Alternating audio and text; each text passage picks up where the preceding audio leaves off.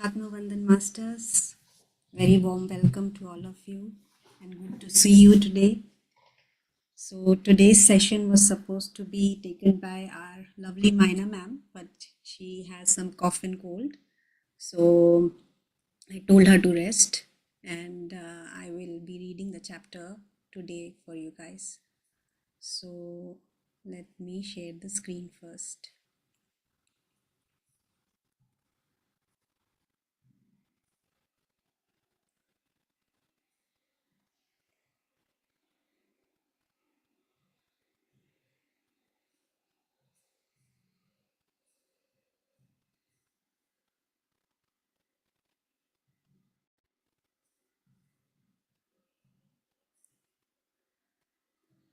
Is it good?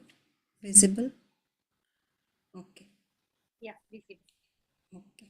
And my voice is clear? Yes, Neha is clear. Okay. So, my screen, yeah.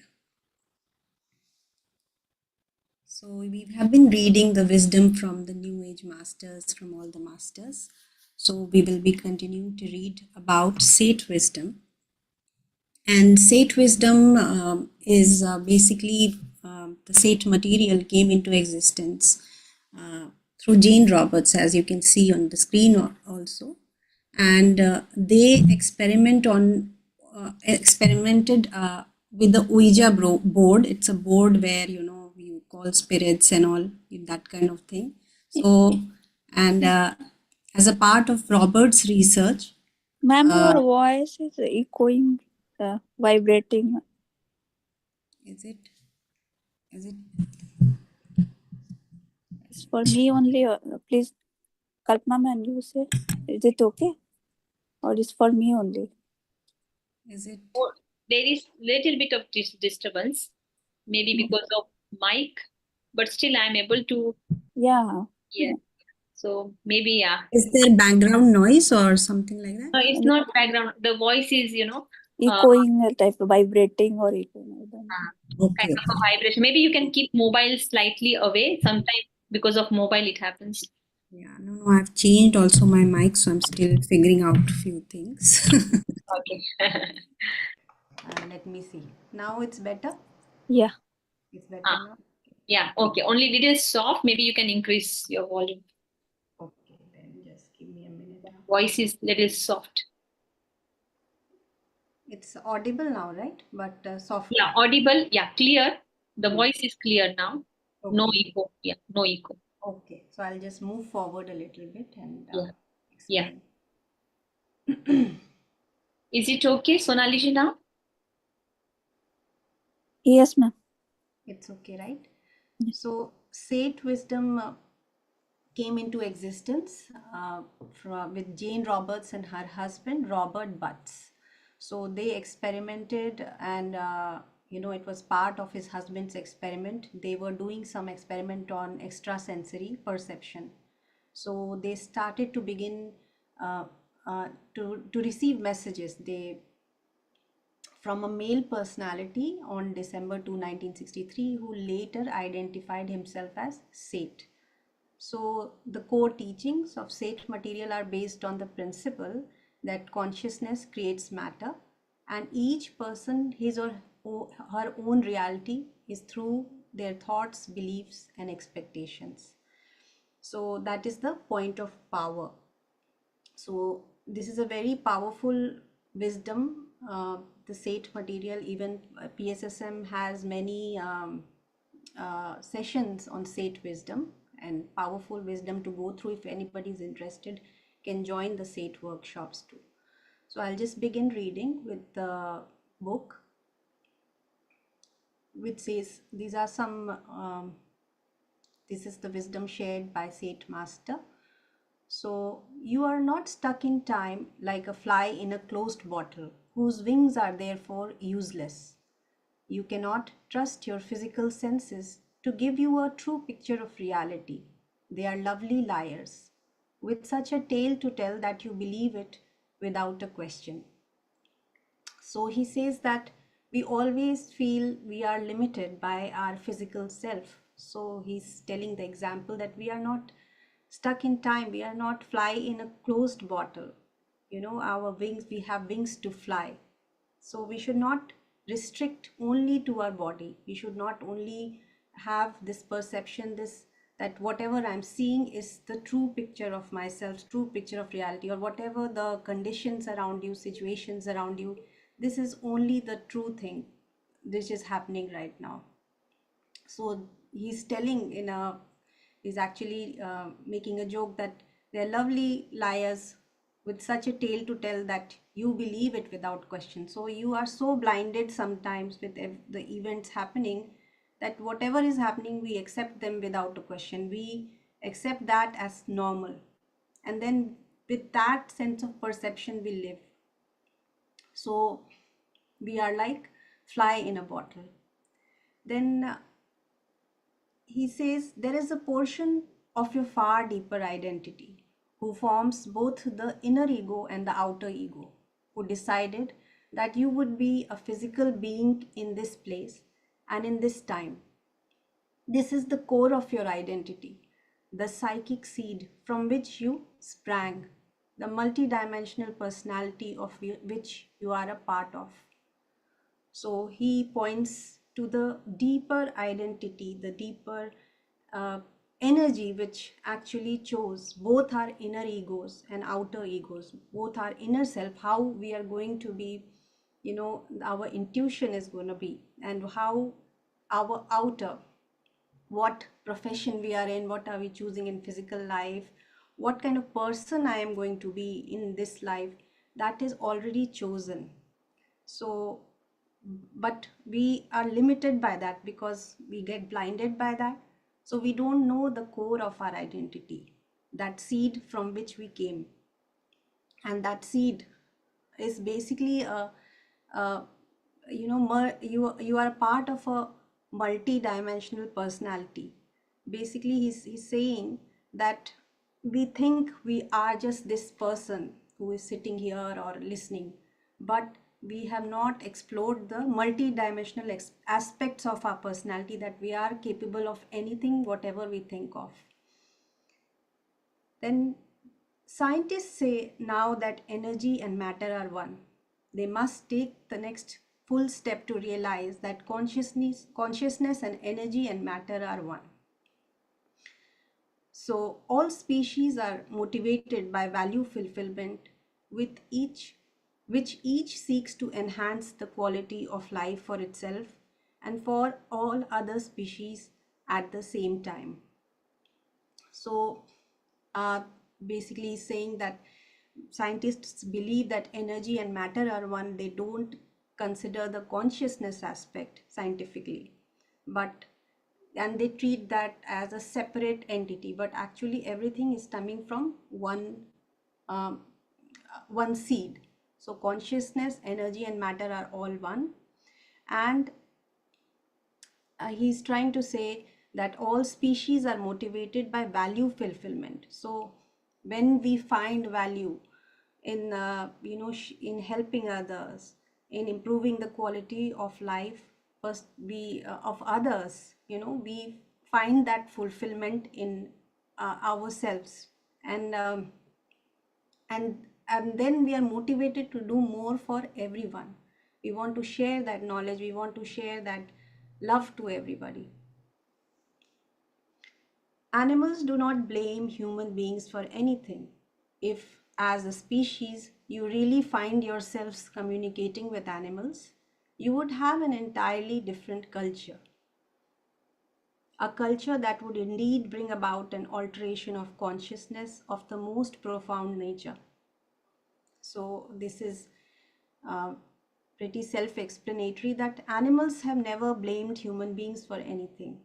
It is only us who are using animals for our enjoyment. Even as pets, we keep animals, but we are restricting them in a space. We are restricting them with, we are going against nature basically if we are keeping pets.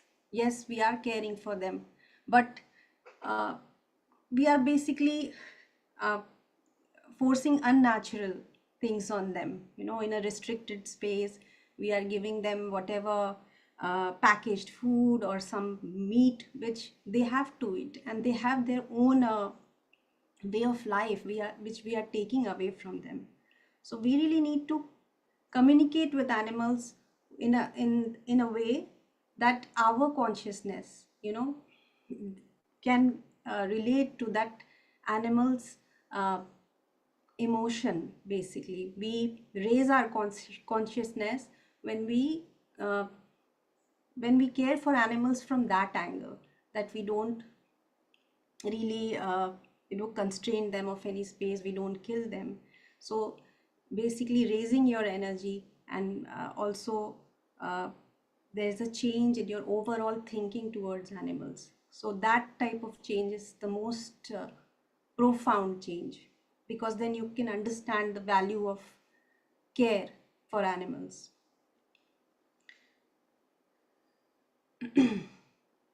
Then he says that using the inner senses, we become conscious creators, co-creators. But you are unconscious co-creators, whether you know it or not. So he's pointing again at the inner senses. So he says that open your range of perceptions, allow you to interpret. If you open your range of perceptions, and it allows you to interpret experience in a far freer manner. My purpose is to open your inner eyes. So he's saying that when we become conscious creators, when we are choosing the right thoughts, then we are we are in one with the nature, we are one with the entire creation. Then our inner senses, as in we are more awakened about our choices, and then we uh, allow ourselves to experience what we have been waiting for in our life to happen. So his purpose is to open our inner eyes. Like each master, their purpose is to only open our inner eyes. Then it says each atom and molecule has its own consciousness. Consciousness and matter and energy are one, but consciousness initiates the transformation of energy into matter. So this we have discussed, that everything is one, but consciousness is the one which initiates the transformation of energy into matter. Then we come to the next page. It says ancient Rome exists, and so does Egypt and Atlantis. You not only form the future, but you also form the past. You and your reincarnational selves or personalities are imprisoned in time. There is a constant interchange going on between what you think as your present self and your past and future selves. So he says that everything exists at the same time. Even ancient Rome exists, Egypt and Atlantis. Everything he's referring to, the past and present, exists in our mind at the same time, and we are somewhere stuck in time. So basically we have our energy somewhere in our past or future, so we don't really know our present self. So there is constant interchange going on between our past, present and future selves, but and that is imprisoned in time, as he says. So we have to go beyond the time to come to our inner self. So I'll be reading some more points here, because this is many points here. I'll come here to this point. Physically speaking, man's purpose is to help enrich the quality of existence in all its dimensions. Spiritually speaking, the purpose is to understand the qualities of love and creativity, to intellectually and psychically understand the source of his being, and to lovingly create other dimensions of reality of which he is presently unaware. So he's saying that physically we have got this body to help enrich the quality of existence, and in all of its dimensions we have the right mind, we have the capability to help people, to enrich, to how to make living of others better, our better and others better as well. And spiritually, uh, we have to go inwards and understand the qualities of love within us. Then only we can understand the source of our being. that the actions that we are doing physically, when they turn inwards, then we go to the source of our being, and then we are in a different range of consciousness altogether, because we are one with the consciousness. So that feeling of oneness is comes automatically. Your body consciousness is like that of any animal. Think of your body as a healthy animal. Animals and body consciousness, they too possess their own mental attributes and emotional states. I think this is quite self-explanatory. If you are alert and curious while dreaming, and you can learn to be, then you can catch yourself in the act of creating a dreams past and future at once.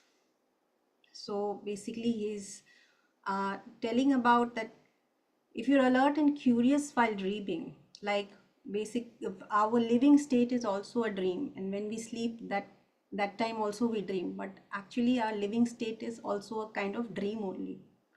So if we are alert, if our inner senses are open, then we can, that we can catch those subtle thoughts of what we are creating. Whatever we are having in our mind, it is coming true right around us. So we have to be constantly alert what we are manifesting around us. In terms of one lifetime, such achievements are practically impossible. Individuals choose to develop certain portions of their abilities, and such a choice often necessitates ignoring other talents. So I think it's a self-explanatory also that sometimes we only focus on some abilities only, and we ignore our other talents. And so basically in Sage wisdom, they believe in the theory of reincarnation. So they believe that you take multiple, you are born multiple times, and every cell and every atom has its own consciousness. So we never really use that. We never really get to, basically it's the same thing, that we never really get to know our core self, and that's why we limit ourselves in certain things which we are a bit sure about, and we don't really explore ourselves. The world is indeed like a theater at any given time, but the play is not preordained or laid out. It is instead spontaneous happening in which overall themes are accepted beforehand.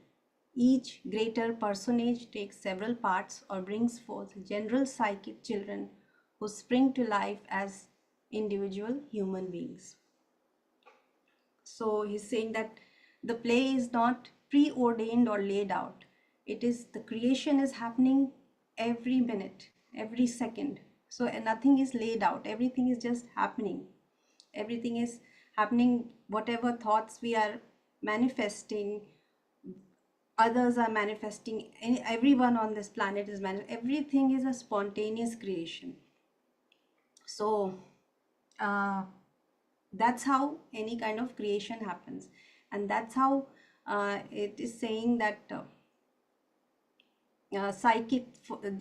each greater personage takes several parts or brings forth general psychic children who spring into life as individual human beings. So everything, like all the it's basically the start of creation, how atoms and the energy changed its course from matter to human being. So that's how everything came into life.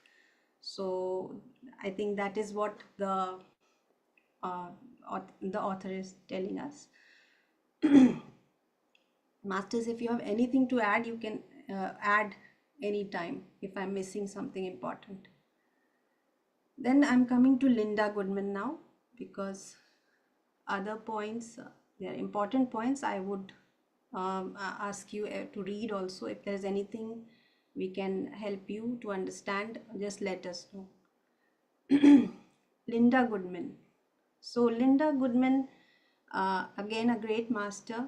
She is very popular with astrology books. I think my first astrology book was from Linda Goodman, but she's also a very great spiritual master and channeler too. So let's read about what she has to say. Reading about metaphysical subjects is necessary. Books are undeniably a swift shortcut to enlightenment.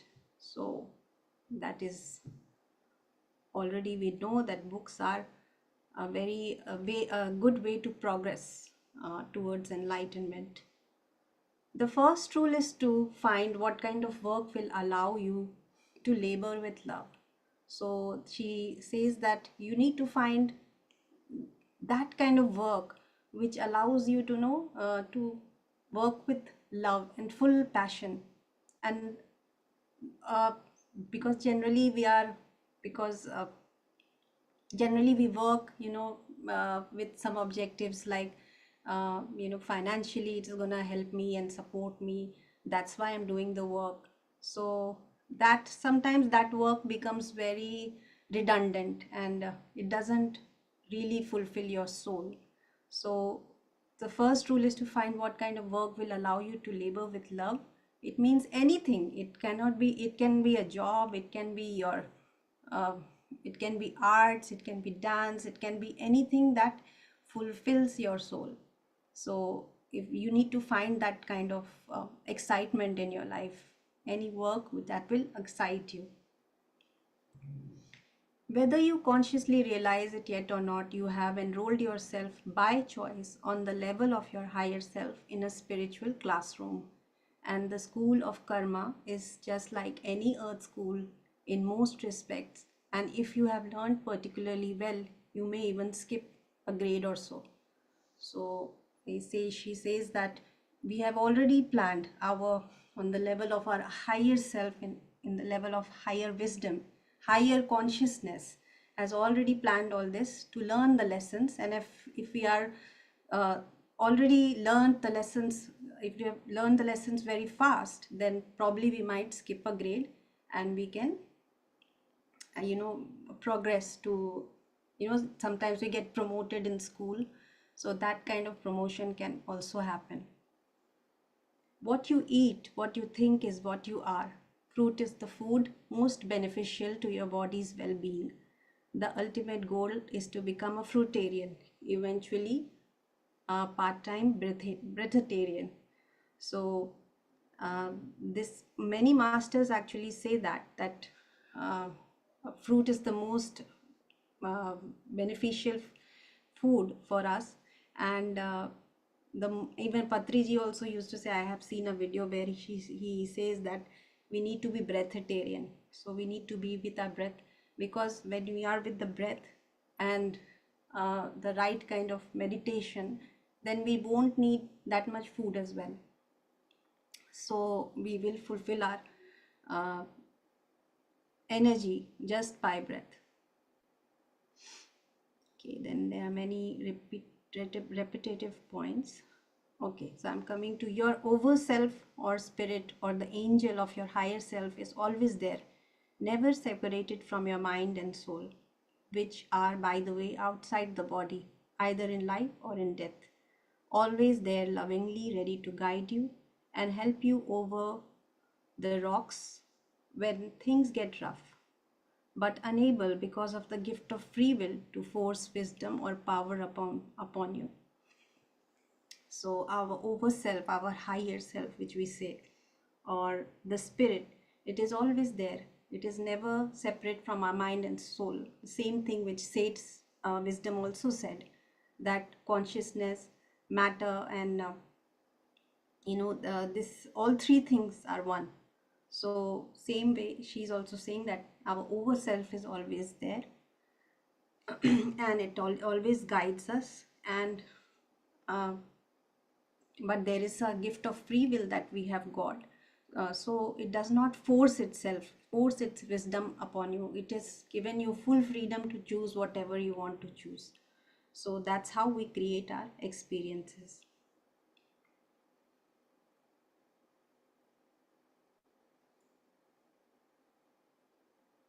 Okay.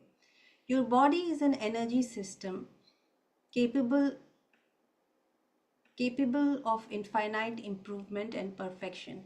It may be difficult to conceive of our own self as the source of all healing, but to believe anything else is to accuse the creators of your spirit of doing a poor job. So, our body is a very powerful energy system, as we all know, but we believe that, how can we heal ourselves? We, because we have been habituated to depend on outside sources to heal ourselves. So we don't believe. In that moment, we lose the trust of our spirit, that it is doing a good job. So we need to believe more on the power of our body and the power of our spirit, because it has already planned a good life for us. But it's only our manifestation of thoughts, the thoughts that we are creating in our mind and creating a subsequent world around us, that things, we get into unhealthy conditions, unhealthy mindsets. So we don't trust our inner self that much.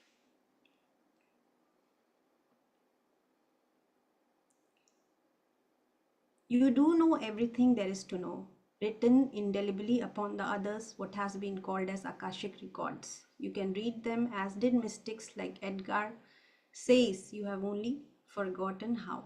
So I think he's giving a reference of a mystic like Edgar says, that he, you can see your Akashic records, your past lives, uh, with sadhana, with the right kind of meditation.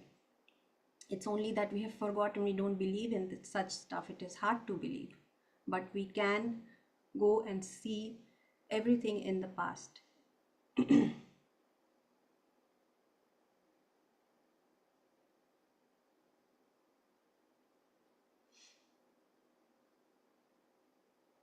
Okay, and I'll just move to the next master, Carlos Castaneda. He has highlighted some of the points which I'll go through quickly with you. Seeing.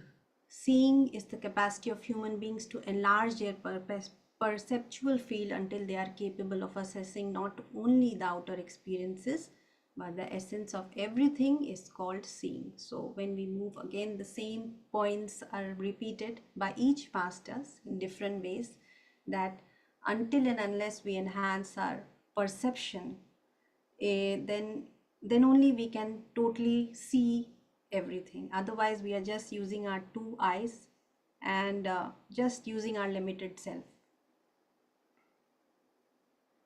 Seeing is a peculiar feeling of knowing something without a shadow of doubt. So seeing here is also referring to, you have intuition, you have a very strong feeling, you do have no doubts about something. So he's also focusing on being in one with intuition, that what you are seeing and whatever perception you are having is right. So you'll have no doubts over it. Self-importance. Self-importance is our greatest enemy. What weakens us is a feeling of being offended by the deeds and misdeeds of our fellow men. Our self-importance requires what we spend most of our lives offended by someone. Every effort should be made to eradicate self-importance. So here it's saying that self-importance, we give too much importance to ourselves. We are constantly stuck in ego, and we are always being offended by others, what others are saying about you, and what others are thinking about you, and that person has not responded back the way I wanted to. So we give too much importance to ourselves, and we live in this ego kind of cycle all the time. So, and we are mostly, we are hurt or we are exhausted, we are always fighting, going through that struggle all the time. So our first effort should be to eradicate self-importance, that that other person is also a part of you, it's also a reflection of you. So because in sage wisdom, like he said, we are creating our own reality. So we are basically inviting that person through our thoughts, whoever is coming. So, and then we get so hurt, we get so offended, we don't realize that person has come in front of you because you asked for it. So, and then once we have that awareness, then the self importance goes very slowly on its own, that whatever I asked, it is there. You wanted some situation, you are thinking about a drought, a flood, it is there. In news you open, flood is there. So especially nowadays on phones we check everything, we think all the things are coming on phone. So that's how we are creating constantly. So once we know that, okay, you come a little step back and then start seeing things in a bigger perception, then your self-importance, that ego, already goes away. Sorry, masters, I've taken a lot of time because it's a big subject too. Okay, so apprentice, warrior, knower, seer. The first step is the decision to become apprentice. After apprentices change their view about themselves and the world, they take the second step and become warriors, which is to say being capable of utmost discipline and control over themselves. And the third step after acquiring forbearance and timing is to become men of knowledge. When men of knowledge learn to see, they have taken the fourth step and have become seers. So he's telling about the evolution. First you have to become an apprentice, first you have to learn, then you have to go out and experiment, be a warrior. Whatever is coming, whatever you've learned, you are putting it to use. And then then you come back, okay, this has happened in my life, this is how I see things now. Your perception changes and slowly you come back, a step back, and see things. So he's telling the evolution. I'll come to the world and its perception. The world is as it looks and yet is not. It is not as solid and real as our perception has been led to believe. But it is not a mirage either. The world is not an illusion as it has been said to be. It is real on one hand and unreal on another. So again, we perceive, this is a hard fact, but what we perceive is not a fact of the same kind because we learn what to perceive. So he's saying that when we say the world is Maya, it's an illusion. So, but he says that it is not a illusion. It is just, it is there but still not there, because it is real on one hand because we are creating that world, and it becomes unreal when we realize that, oh, the power is in our hands. So whatever we are perceiving, we are creating that kind of world. Okay.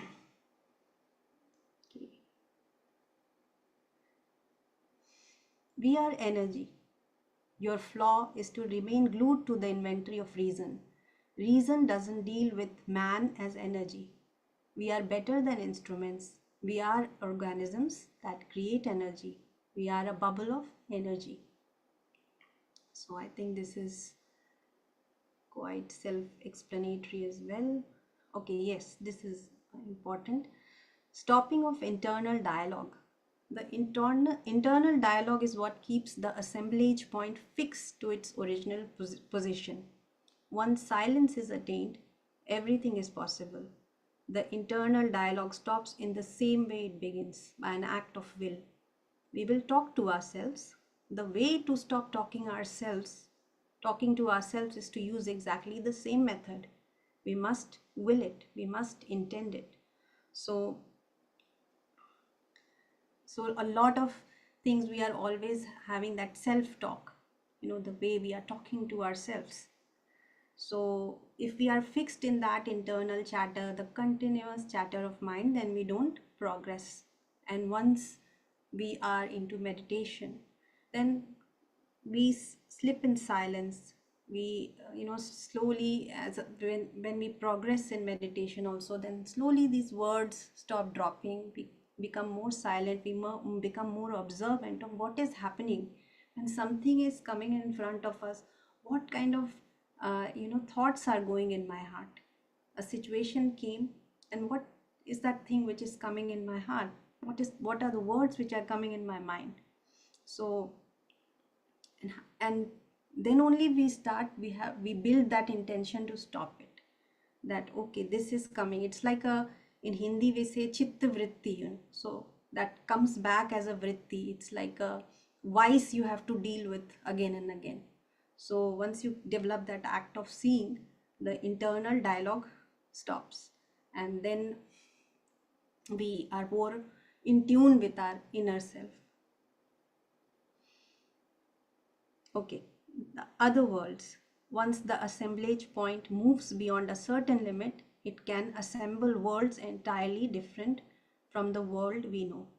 So, assemblage point, the word which is being used here is, I think, referring to the consciousness. That if once our consciousness moves beyond our body, our mind, then it opens itself to more different worlds. So it's not limited to the earth plane only, it can also go beyond the earth plane. You can connect with other planes as well. So I think that is it for today. I hope I did justice to this topic. Maina ma'am. Okay, I'll just go with meditation quickly, masters. So just get ready, get into Anapanasti posture. Wherever you are sitting, you can cross your legs and you can cross your ankles, clasp your hands, make an energy cup and put it in your lap, allowing your eyes to close gently, softly, clearing all the internal chatter, internal dialogues, all the questions that may be coming.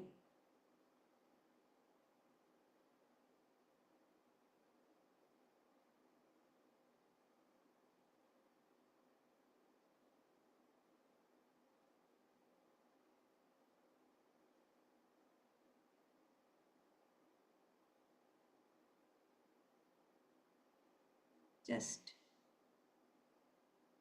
observe this silence and your breath. Get in tune with your breath.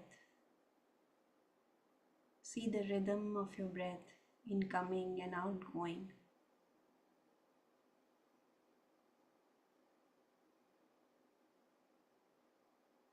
And now with Patriji's music and guidance, we will do a short meditation today.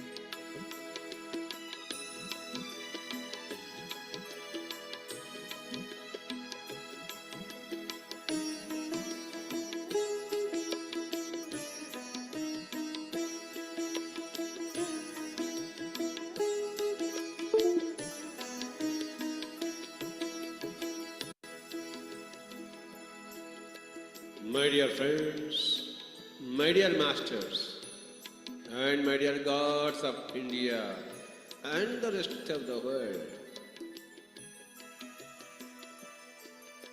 today we are sitting in meditation.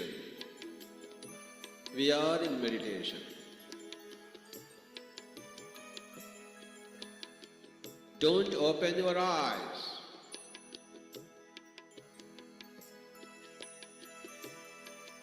Be with the breath. What a great day today.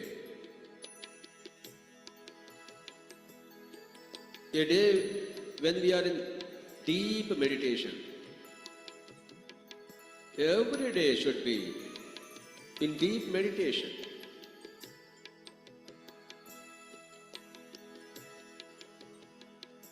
One hour, 2 hours, 3 hours, every day we should spend with closed eyes in our chosen spot, in our own house, in a darkened room.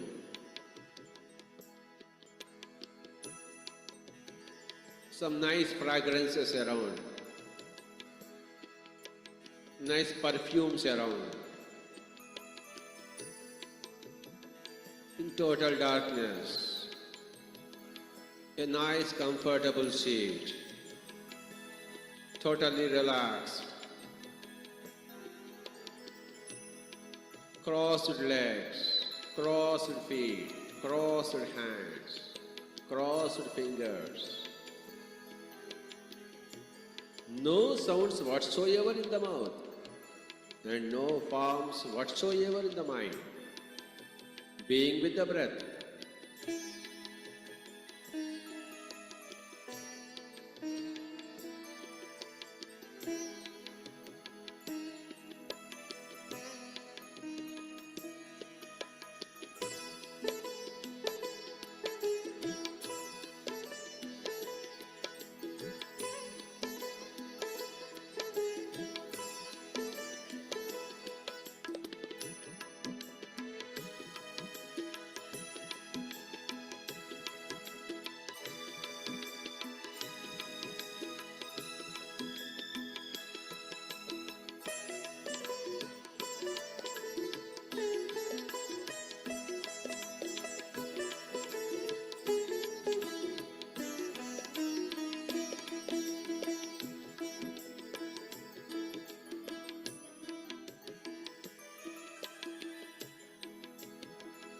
Eyes are closed, my dear friends. No thoughts in the mind. The first law of the science of meditation says when you are with the breath, the mind becomes empty. So, let us all be with the breath. The breath is the reigning deity in meditation.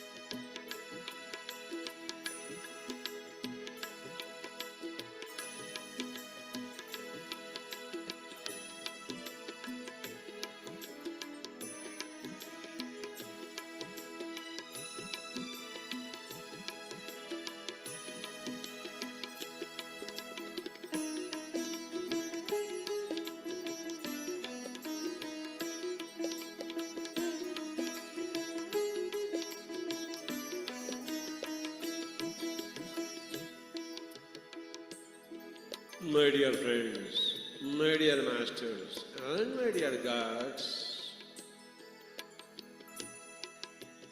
meditation is the most important thing which energizes our body,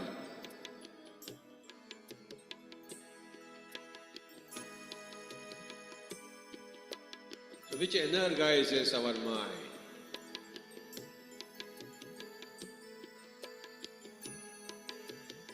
My dear friends, don't open your eyes, come what may.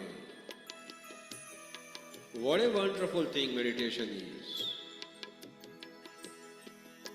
Every child, every youth, every adult, every oldie, everybody should meditate every day. 1 hour, 2 hours, 3 hours. Please don't open your eyes.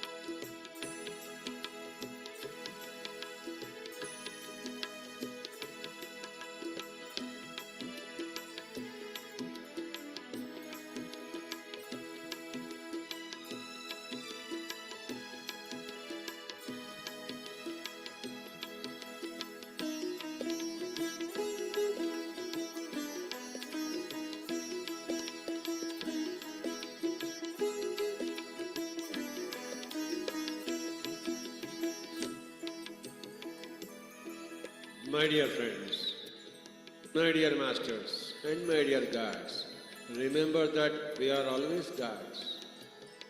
Remember that we are masters. We create our own realities. We designed our own lives. We are ever the master of our own lives. And we are here to be friends with each and every life form. Friendship is the natural state of affairs between life forms in the whole cosmos. And every life form is a master unto its own self. And every life form is a God unto its own self. My dear friends, my dear masters, and my dear gods of India, and the whole world, we are all in meditation. Meditation means being in total emptiness of the mind. No waves whatsoever. No thoughts whatsoever. Like an absolutely calm lake. My dear friends, be with your breath. The breath is the key word. Be with the breath.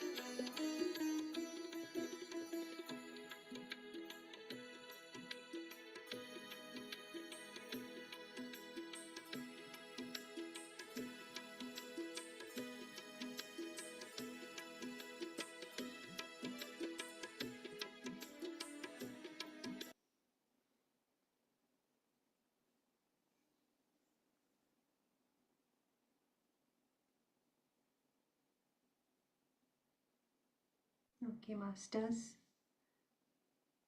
Now we are ready to come back from meditation.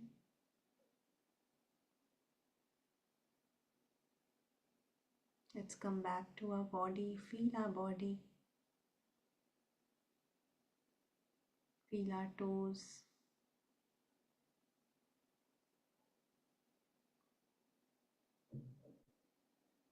Take a minute to enjoy this experience.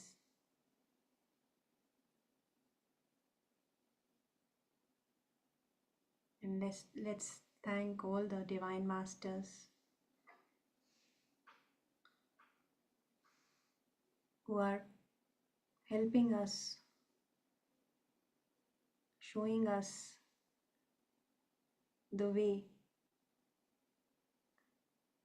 to spiritual growth and awareness.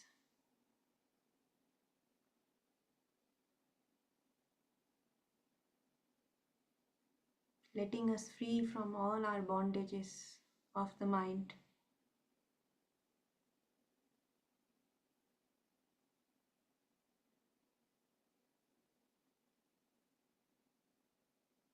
Let's thank Brahmashri Patriji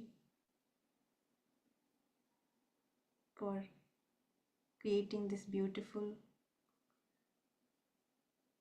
platform where we can meet and discuss and grow and thrive.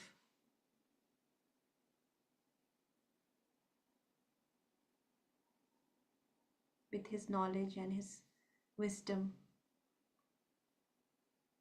with his unconditional love and support.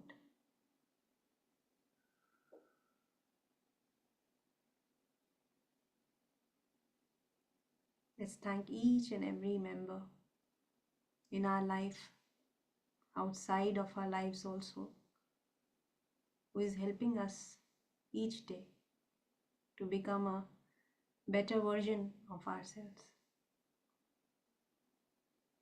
Slowly you can unclasp your hands, masters. Put your palms on your eyes and you can gently open your eyes. 5, 4, 3, 2, 1, 0. Thank you, masters. Thank you all for your presence.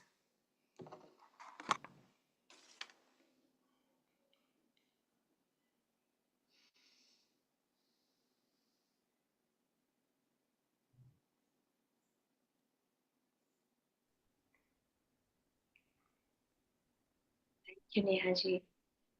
In-depth topic, very deep subject, and beautiful wisdom and meditation was also very deep. Thank you. Thank you, Kalpana ji. Actually, I didn't have the time to go through it again. So whatever just flowed through me, I just passed it on. It was beautiful, very deep, actually, a lot to grasp, actually. Lot to grasp, yes. So it's recommended that anybody who's interested to read it, just read it with full depth and also share what you understand through it, because we are sharing our perception, but you share yours. Then only we can, that's what masters are telling us, that grow your perception, grow your perception. That's how we will grow, when we share what we understand. So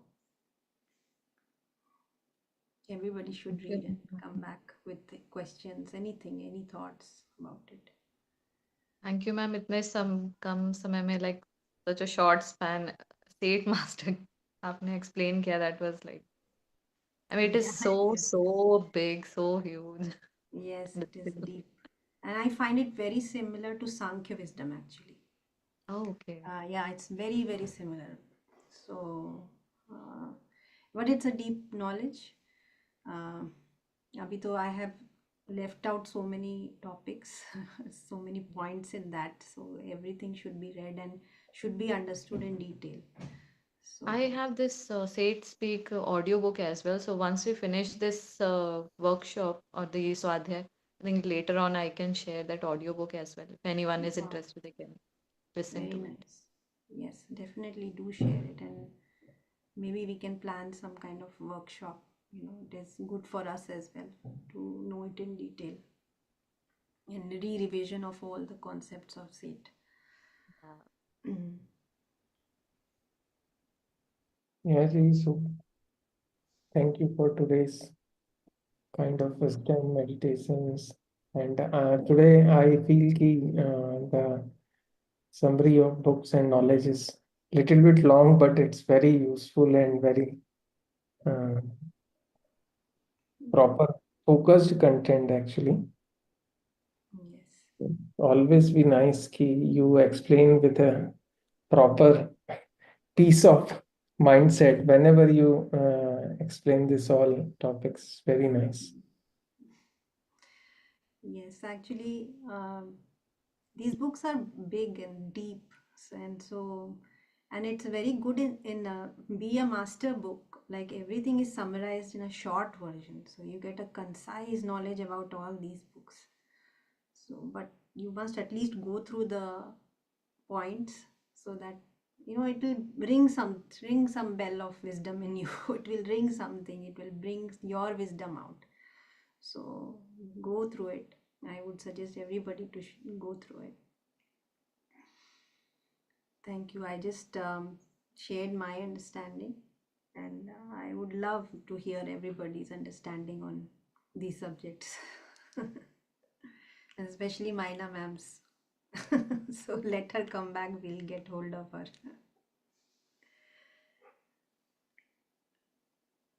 Thank you, Sarita ji. Thank you, Sonali ji. Vandana ji, thank you.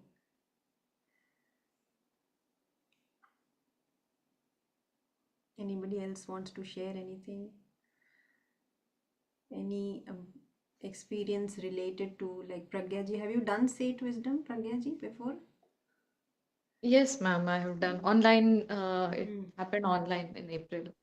Mm-hmm. April or sorry, May, I guess, Mm.